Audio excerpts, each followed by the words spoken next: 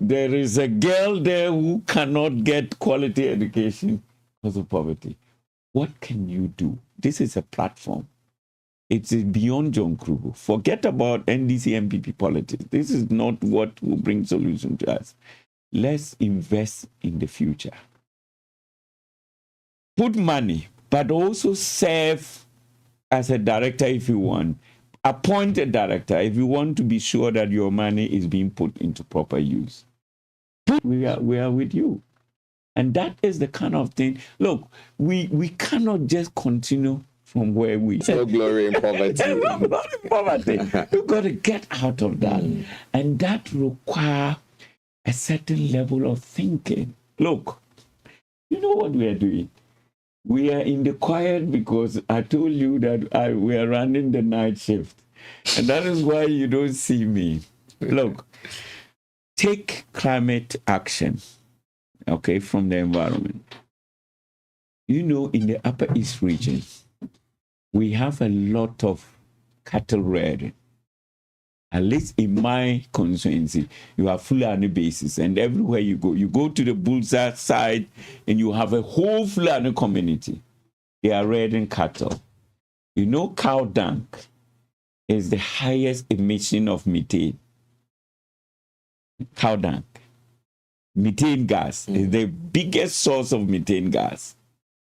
And the animals are dropping them.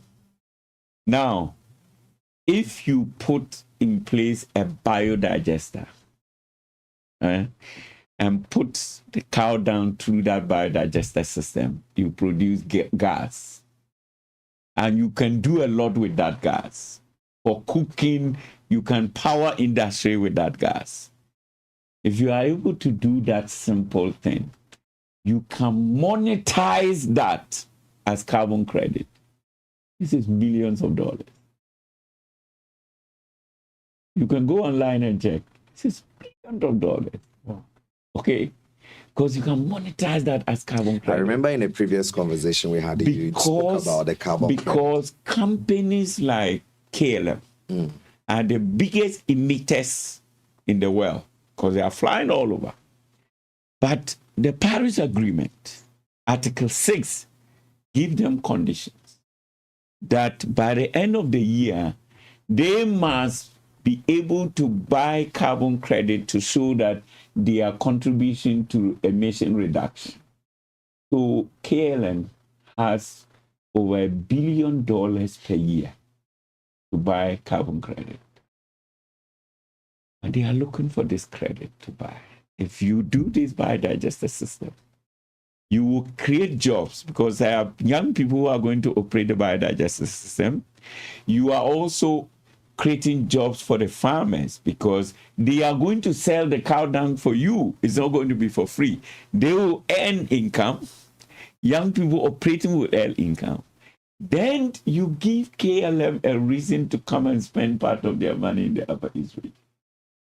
It is that kind of transformational thinking is what I am challenging all of us who are politicians. So the next time, A1, you are invited to come and inaugurate Nika Nika. And you go there and be dancing and you go there with your microphones and be dancing and say, we are doing it. Please challenge us as politicians. Let's go for transformational programs, okay? Because how about tree planting? Yeah. Upper is landscape restoration. It's big money. How do we restore the land? How do we restore soil carbon?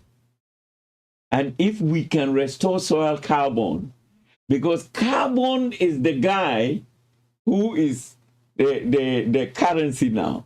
If we can restore soil carbon alone, and we can monetize it in the form of carbon credit, we create jobs for farmers, create jobs for young people, but have a reason why Shell or Total Energy would want to bring their money to come and invest. And until we are able to give reasons for businesses Why? We are not the only one in arid regions. The almighty Dubai, we all want to go. Are they not in more arid region than us? The conditions we have, the dry conditions we have, they are more drier. Why is it that everybody wants to go to Dubai? It's here.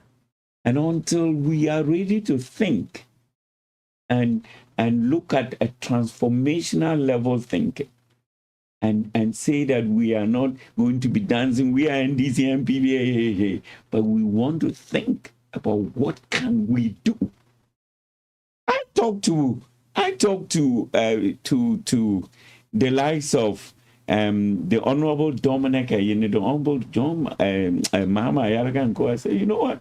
You guys, the 15 over 15 that you have in your hand, and the biggest say you have in this government, until we see transformational development, will hold you accountable. Right. Right. Let me just read quickly some messages that are coming through Facebook, and then we'll continue with the discussion. We have Ayadago Yusuf.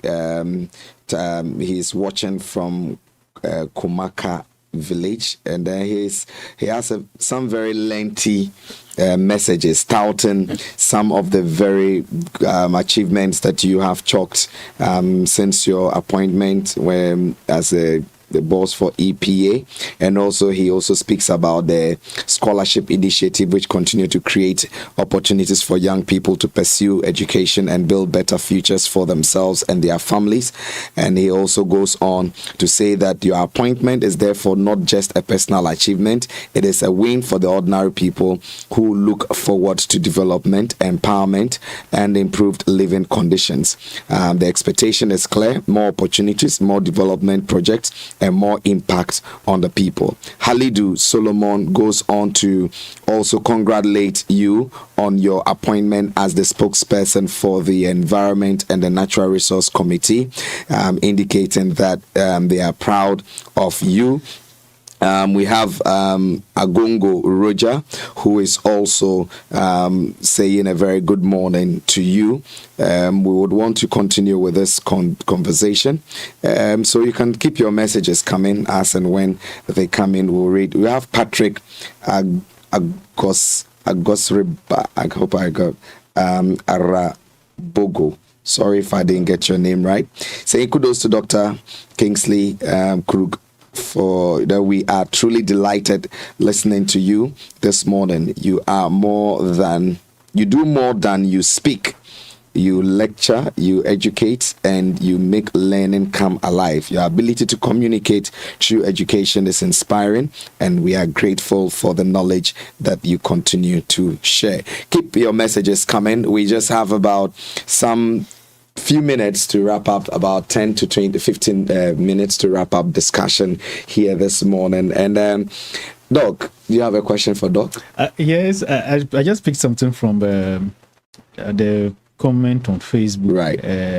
Yadago Yusuf comment about Youth Harvest Foundation, how you been able to transform it from where it started and where it has gotten to today.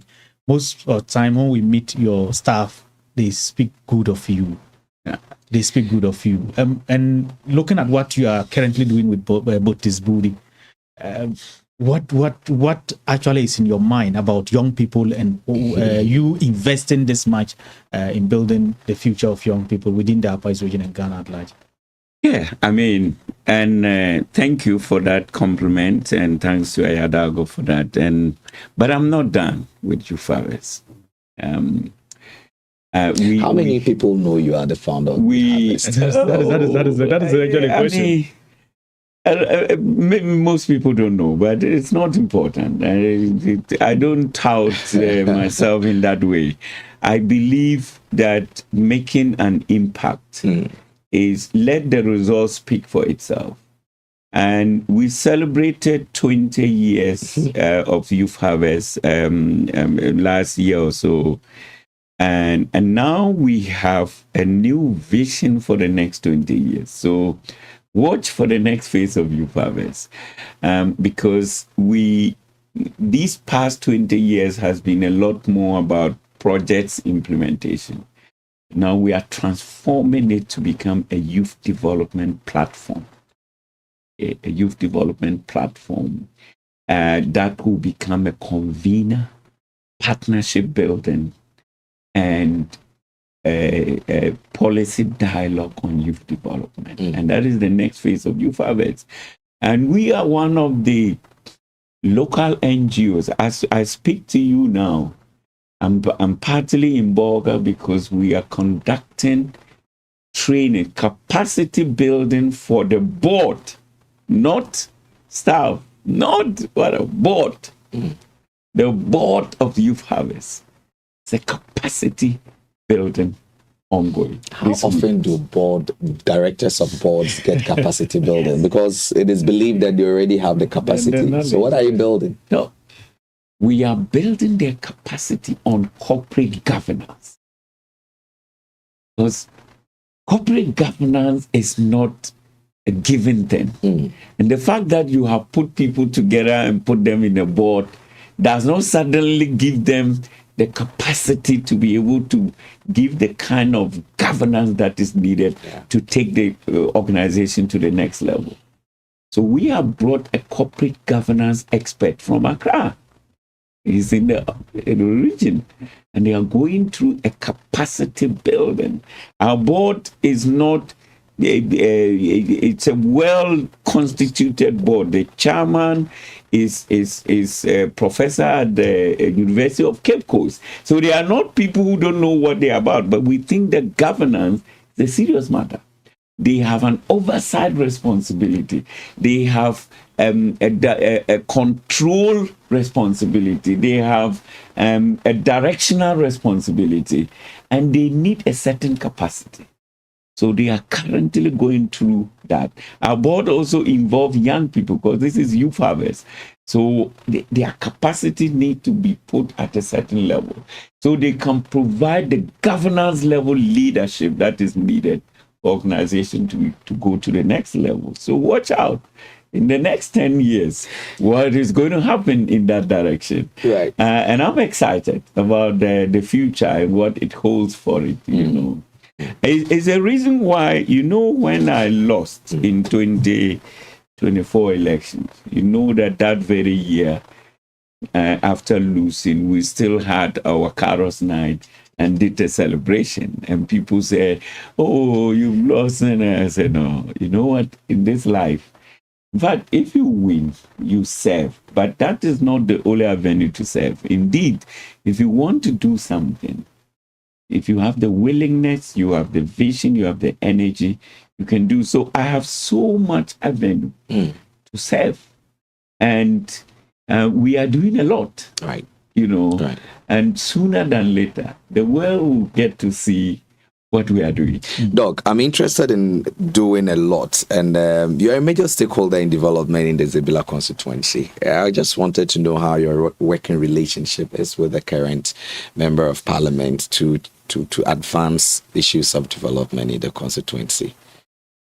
Very much, there's no problem. I mean, he has not been forthcoming, but probably he think we don't have much to offer him, or he's also kind of lost in the system a bit, and I could appreciate. Unlike the likes of us who were living in Accra already, he had to come into Accra and get settled and all that. So I think that it's been tough for him to be able to navigate his way and find a settlement in Accra to settle down and probably look into what he can do. And there has not been enough engagement between, I can say that the DCE has been more forthcoming and engaging than the Member of Parliament. But we don't have a problem at all. There are no issues between us. It's probably because he's too busy with other things, or he probably doesn't see or even afraid that if I expose myself too much to these guys, they may take advantage of me in the campaign or something.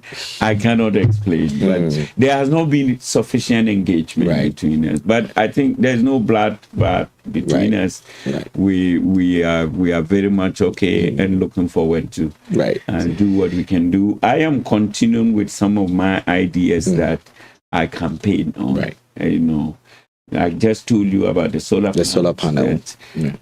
Position is more difficult to get what you want, but difficult doesn't mean impossible. We're working around that.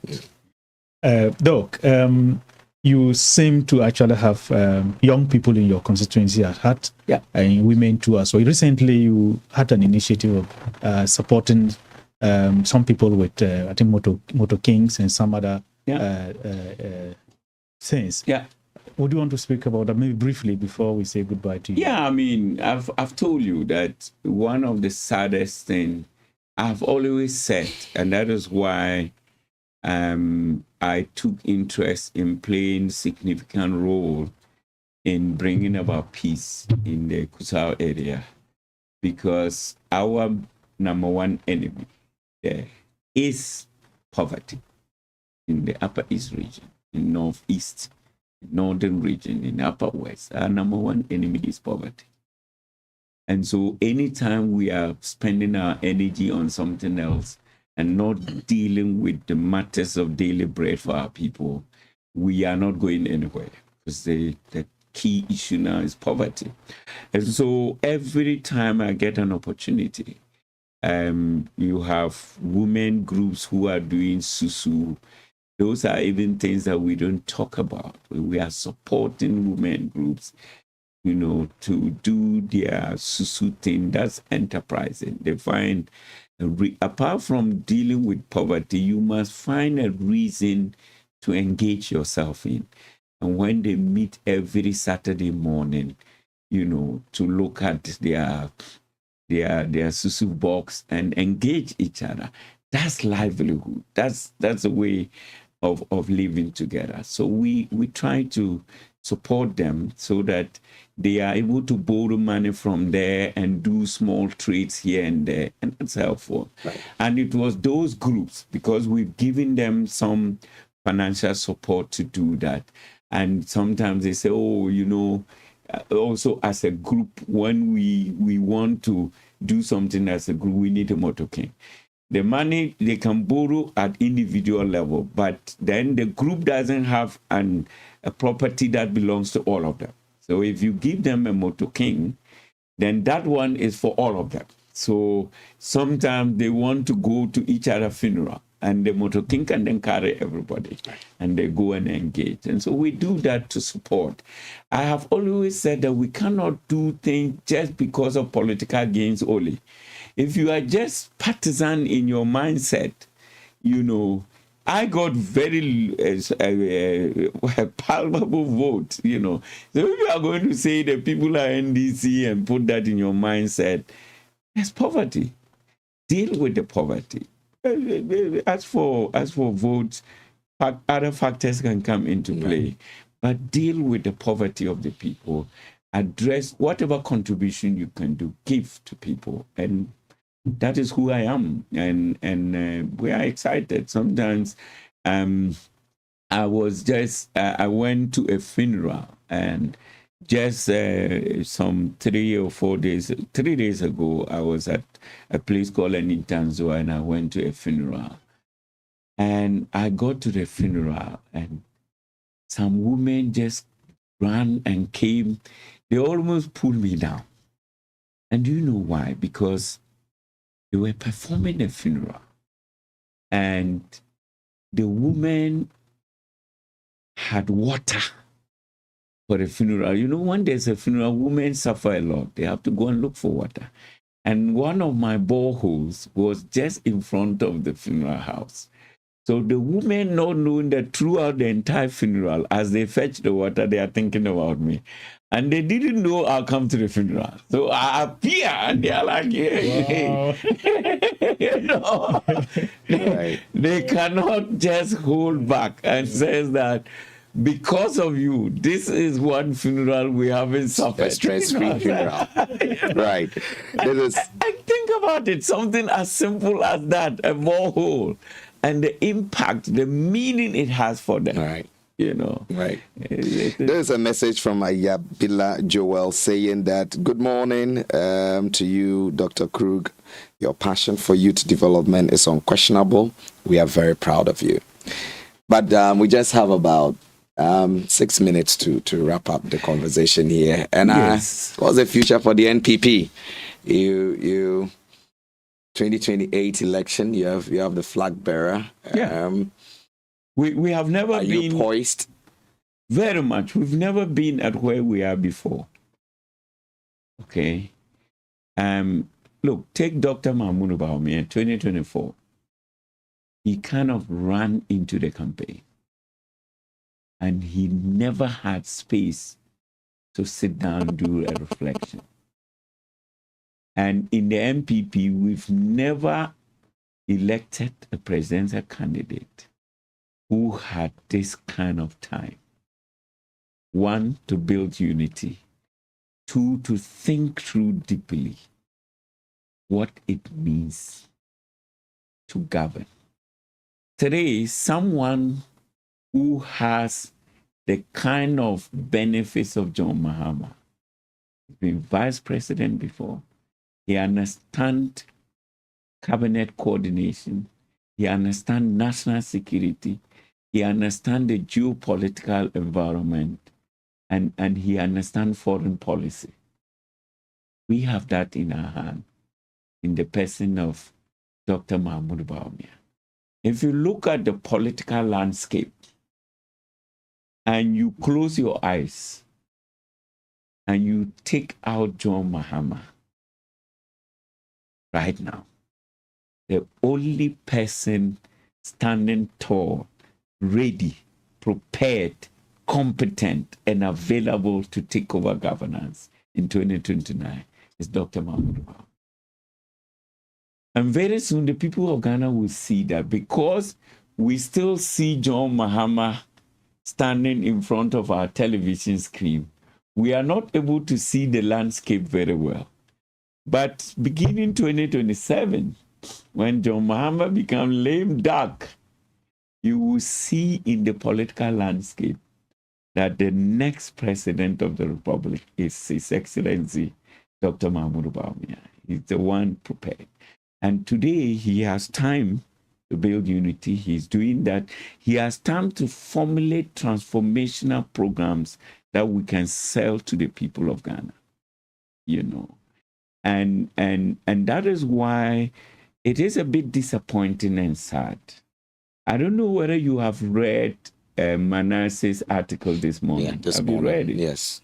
Yeah. On the suppression of press freedom. Yeah, and he makes a very important point. By the time Manasseh is speaking like that, by the time Franklin Kujo is speaking the way he's speaking, by the time civil society is beginning to speak that way, then you have to know that the tables are changing.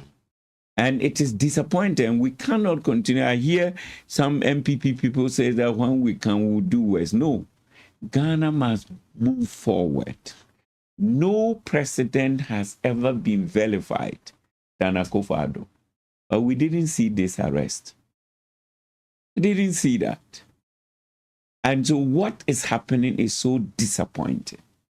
Also, when it comes to this political prosecution, I pity my good friend, the excellent guy, Dr. Dominic Ayine. He's a smart guy.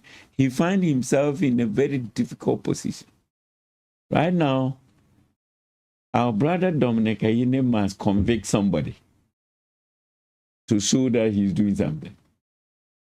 And he's in a difficulty because it is one thing coming out to parade and address the media and shout that these are looters.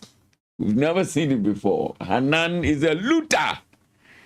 Package his case and sent to court, and after 1 year, you come back and say, no, I've withdrawn all the charges and I've put in new charges. You know what that means? Criminal prosecution. I'm not a lawyer, but I've read enough. Okay. If you go through the whole charade and after 1 year you come and restart the clock to file new cases, then you know the standard of test is to prove beyond all reasonable doubt. All, not some. So you start again, and the plaintiff the defendant will respond, and they go through case management, and so what it means is that Hanan case will start in 2027 or something.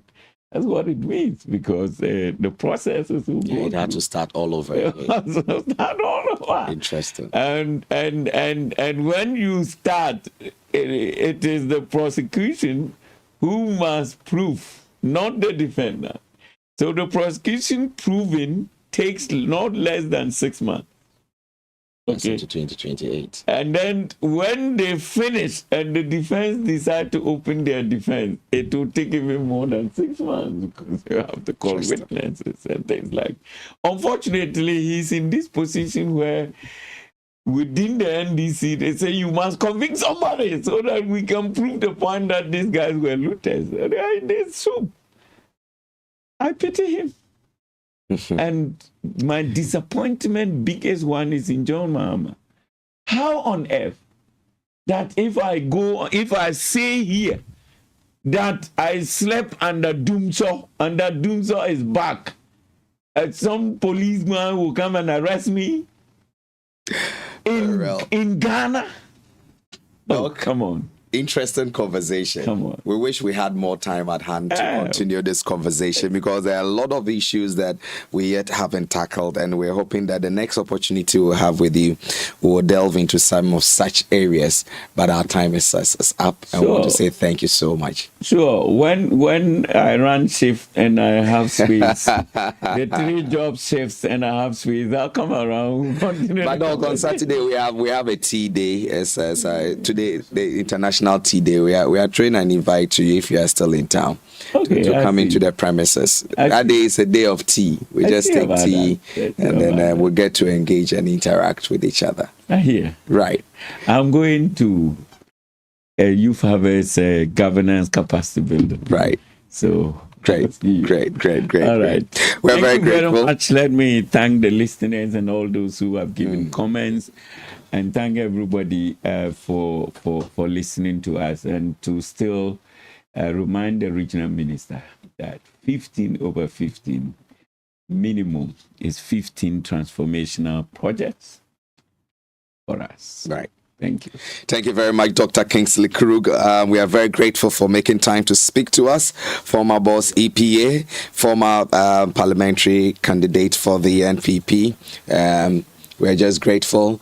This is how we wrap up this morning. My name is Gerard Asagi. Content for this program was put together by Moses Abapia with support from Samuel Kantomsi Adagon. I did this interview with my colleague Seidu Mutawakilu. We also have production. Then enjoy, and then we'll keep in touch. Stay tuned and stay blessed.